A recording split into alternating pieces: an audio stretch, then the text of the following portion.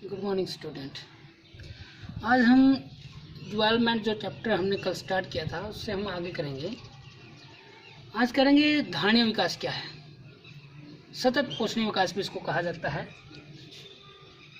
धारणीय विकास की नीति का अनुसरण करने की जरूरत क्यों है। धारणीय विकास जो है वो विकास के लिए क्यों जरूरी है। हमारे वैज्ञानिक धरती के पास सब लोगों की आवश्यकताओं को पूरा करने के लिए पर्याप्त संसाधन हैं, लेकिन एक भी व्यक्ति के लालच को पूरा करने के लिए संसाधन पर्याप्त नहीं है। इसके बारे में भी पढ़ेंगे और पढ़ेंगे भारत के लोगों द्वारा ऊर्जा के किन किन साधनों का उपयोग किया जा रहा है और आने वाले 50 वर्षों में इनकी क्या संभावनाएं रहेंगी। और पर्यावरण में गिरावट के कुछ ऐसे उदाहरण भी हम देखेंगे जो अपने आसपास में के वातावरण में हमने देखने को मिलते हैं। धारणीय विकास क्या है। इसको धारणीय विकास, सतत पोषणीय विकास या टिकाऊ विकास भी कहा जाता है। इंग्लिश में एक ही शब्द है सस्टेनेबल डेवलपमेंट। धारणीय विकास वह प्रक्रिया है जो भावी पीढ़ी की आवश्यकताओं को पूरा करने की योग्यता को बिना कोई हानि पहुंचाए वर्तमान पीढ़ी की आवश्यकताओं को पूरा करती हो। वो प्रक्रिया धारणीय विकास कहलाती है, टिकाऊ विकास कहलाती है या सतत पोषणीय विकास कहलाती है। प्रश्न यह आता है कि धारणीय विकास क्या है, इस नीति का अनुसरण करने की आवश्यकता क्यों है। धारणीय विकास हमने पढ़ लिया, इस नीति का अनुसरण करने की आवश्यकता क्यों है।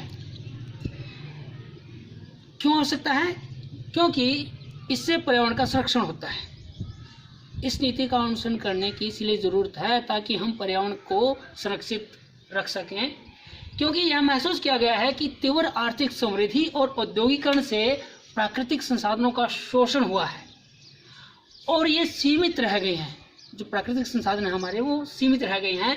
इसीलिए सतत पोषणीय विकास यानी कि पर्यावरण संरक्षण की जो नीति है उसको अपनाने की जरूरत है, उसका अनुसरण करने की जरूरत है। धारणीय विकास या सतत पोषणीय विकास का जो विषय है वो विकास के लिए क्यों जरूरी है। प्रश्न 3 नंबर का आता है कि धारणीयता का विषय विकास के लिए क्यों जरूरी है, क्यों आवश्यक है।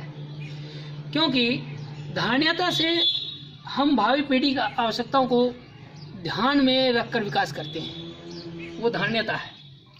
और हमारे वैज्ञानिक ये चेतावनी देते आ रहे हैं कि आर्थिक समृद्धि या जो औद्योगिक स्तर आज का है, वर्तमान जो स्तर है वो धारणीय नहीं है।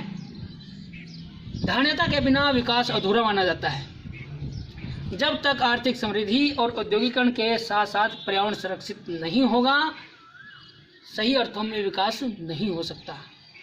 इसीलिए जरूरी है धारणीयता का विषय, क्योंकि जब तक आर्थिक समृद्धि और औद्योगिकरण के से प्राकृतिक संसाधनों का तीव्र गति से ह्रास होता रहेगा, पर्यावरण हम सुरक्षित नहीं रख पाएंगे।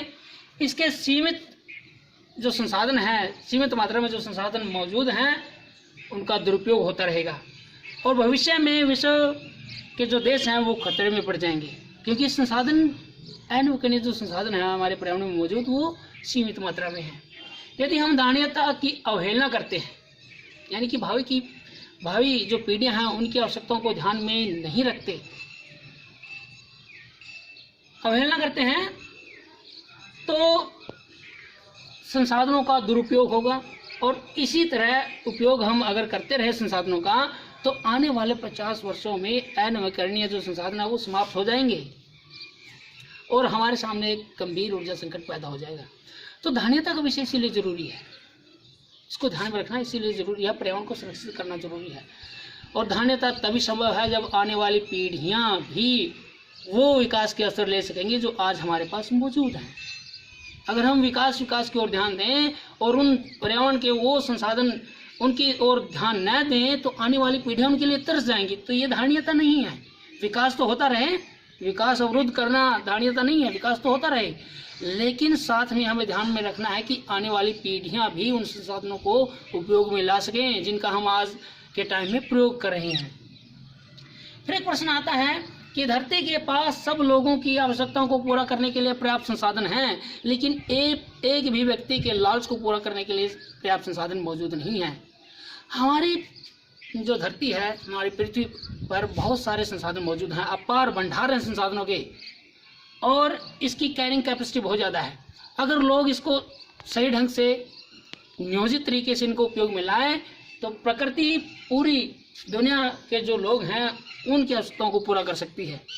लेकिन अगर लालच से इनका उपयोग किया जाए तो ये संसाधन सीमित मात्रा में है, समाप्त भी हो सकते हैं। फिर ये एक प्रश्न ये भी आता है कि भारत के लोगों द्वारा ऊर्जा के किन किन स्रोतों को प्रयोग में लाया जाता है और अब से 50 वर्षों के बाद क्या संभावनाएं उनकी हो सकती हैं। हमारे देश में बहुत सारे नवीकरणीय संसाधन हैं और बहुत सारे अनवीकरणीय संसाधनों का हम प्रयोग करते आए हैं। नवीकरणीय संसाधन वो होते हैं जिनको एक बार प्रयोग कर लें तो उनकी पुनःपूर्ति संभव होती है, उनका हम बार बार प्रयोग में ला सकते हैं। जैसे पवन ऊर्जा है, सौर ऊर्जा है, जल विद्युत है, भूतापीय ऊर्जा, ज्वारीय ऊर्जा, ये ऐसे ऊर्जा के स्रोत हैं जो नवीकरणीय हैं, इनकी पुनःपूर्ति संभव होती है, बार बार हम इनको प्रयोग में ला सकते हैं। दूसरा है अनवीकरणीय स्रोत, ऊर्जा के वो स्रोत जो एक बार प्रयोग करने के बाद समाप्त हो जाते हैं और इनको बनने में लाखों करोड़ों वर्ष लग जाते हैं। जैसे कोयला है, खनिज तेल है, ताप विद्युत है, प्राकृतिक गैस इत्यादि, ये क्या है, अनवीकरणीय स्रोत हैं। अब से 50 वर्षों के बाद क्या संभावनाएं हैं? अब से 50 वर्षों के बाद हमारे देश में जो अनवीकरणीय संसाधन हैं जिनकी पुनःपूर्ति संभव नहीं होती, एक बार प्रयोग करने के बाद वो समाप्त हो जाते हैं और लाखों करोड़ों वर्ष लग जाते हैं, तो 50 वर्षों के बाद वो संसाधन जो हैं वो समाप्त हो जाएंगे और हमारे देश के सामने ऊर्जा संकट खड़ा हो जाएगा। फिर दो बातें होंगी। एक तो दूसरे देशों से हम भारी पूंजी खर्च करके, दूसरे विदेशी मुद्रा खर्च करके दूसरे देशों से उधार मांगे संसाधनों को, हम हमारे देश के विकास को चलाए रखने के लिए। दूसरा, हम अपनी निर्भरता ज़्यादा बढ़ा लें नवीकरणीय जो स्रोत हैं उन पर। ये दो चीज़ें हमें करनी पड़ेंगी। फिर एक प्रश्न इस चैप्टर से आता है कि पर्यावरण में गिरावट के कुछ ऐसे उदाहरणों की सूची बनाइए जो आपने अपने आसपास देखे हों। वो कौन कौन से उदाहरण हैं जो अपने आसपास आप देखते हो? सबसे पहला जो आप देखते हो उदाहरण, भूमिगत जल का जो स्तर है वो नीचे चला गया है। अंडरग्राउंड जो वाटर लेवल है वो डिप्लीट कर गया है, नीचे चला गया है। इसके नीचे चले जाने से कुएं, तालाब और पोखर जो हैं वो सूख गए हैं। आपने देखा भी होगा अपने गांव में जो पहले कुएं थे, पानी से लबालब भरे रहते थे, वो आजकल सूख गए हैं। ट्यूबवेलों की गहराई 300 फीट से अधिक हो गई है। पहले वाटर लेवल काफ़ी ऊंचा था, पानी हल्के से निकाला जा सकता था नलकों से और उनकी गहराई बहुत कम होती थी, लेकिन आज वो 300 से ज़्यादा चली गई है। चौथा, नदियों में तेजाब युक्त जल के बहने की वजह से, क्योंकि औद्योगिक विकास हो रहा है, उद्योगों का सारा कूड़ा कचरा जो मल जल है वो किस में जाता है, नदियों में, और नदियों में तेजाब युक्त जल के बहने की वजह से नदी के जो जीव हैं, वहाँ की जो वनस्पति है वो नष्ट होती जा रही है। पांचवा, हवा में धूल और कार्बन के अंश इतने ज़्यादा मात्रा में हो गए हैं कि अगर कपड़े भी तार पर सुखाने के लिए डाल दिए जाएं तो वो काले पड़ जाते हैं। दिल्ली में तो प्रदूषण का इतना स्तर बढ़ गया है कि एक बार आप दिल्ली से एक बार निकल भी जाए ना और रुमाल से अपना चेहरा अगर पहुंच के देखें तो रुमाल काला नजर आएगा आपको, इतना ज़्यादा। आजकल लॉकडाउन की वजह से प्रदूषण में काफ़ी कमी आई है। छठा, पेड़ पौधों के नष्ट हो जाने से गर्मी की जलन से जलना पड़ रहा है। पेड़ पौधे, क्योंकि औद्योगिक विकास हो रहा है, जितना विकास हो रहा है उससे पर्यावरण नष्ट हो रहा है, पेड़ पौधे नष्ट हो रहे हैं, उससे क्या है, गर्मी बढ़ रही है। आपने महसूस भी किया होगा, जिन क्षेत्रों में वनस्पतियां पेड़ पौधे ज़्यादा रहते हैं उनके पास से गुजरने से भी आपको ठंडक महसूस होती है। सातवां, हरी भरी भूमि बंजर होती जा रही है। हमने अपनी हरी भरी जो भूमि थी उसको बंजर करके रख दिया है, पेड़ पौधों का अत्यधिक विनाश किया है, मर्दापतन बढ़ गया, पता नहीं क्या क्या समस्याएं हमारे सामने आ रही हैं। ये कई सारे हमने प्रश्न किए, 6-7 प्रश्न इसमें हो गए हैं और बड़े इंपॉर्टेंट है और ये पूछे जाते हैं। धारणीय विकास क्या है, ये बहुत इंपॉर्टेंट है। कई बार ये टिकाऊ विकास दे देंगे, टिकाऊ विकास क्या है धारणीयता की जगह, तो उसको बड़े ध्यान से करने की जरूरत है। एक बार वो दोहरा देता हूँ, आने वाली पीढ़ियों की आवश्यकताओं को ध्यान में रखकर किया गया विकास धारणीय विकास है, जिससे विकास तो होता रहे, विकास नहीं रुकना चाहिए, लेकिन जो संसाधन हम प्रयोग में ला रहे हैं वो आने वाली पीढ़ियों के लिए भी बने रहें, इस प्रकार का विकास धारणीय विकास है।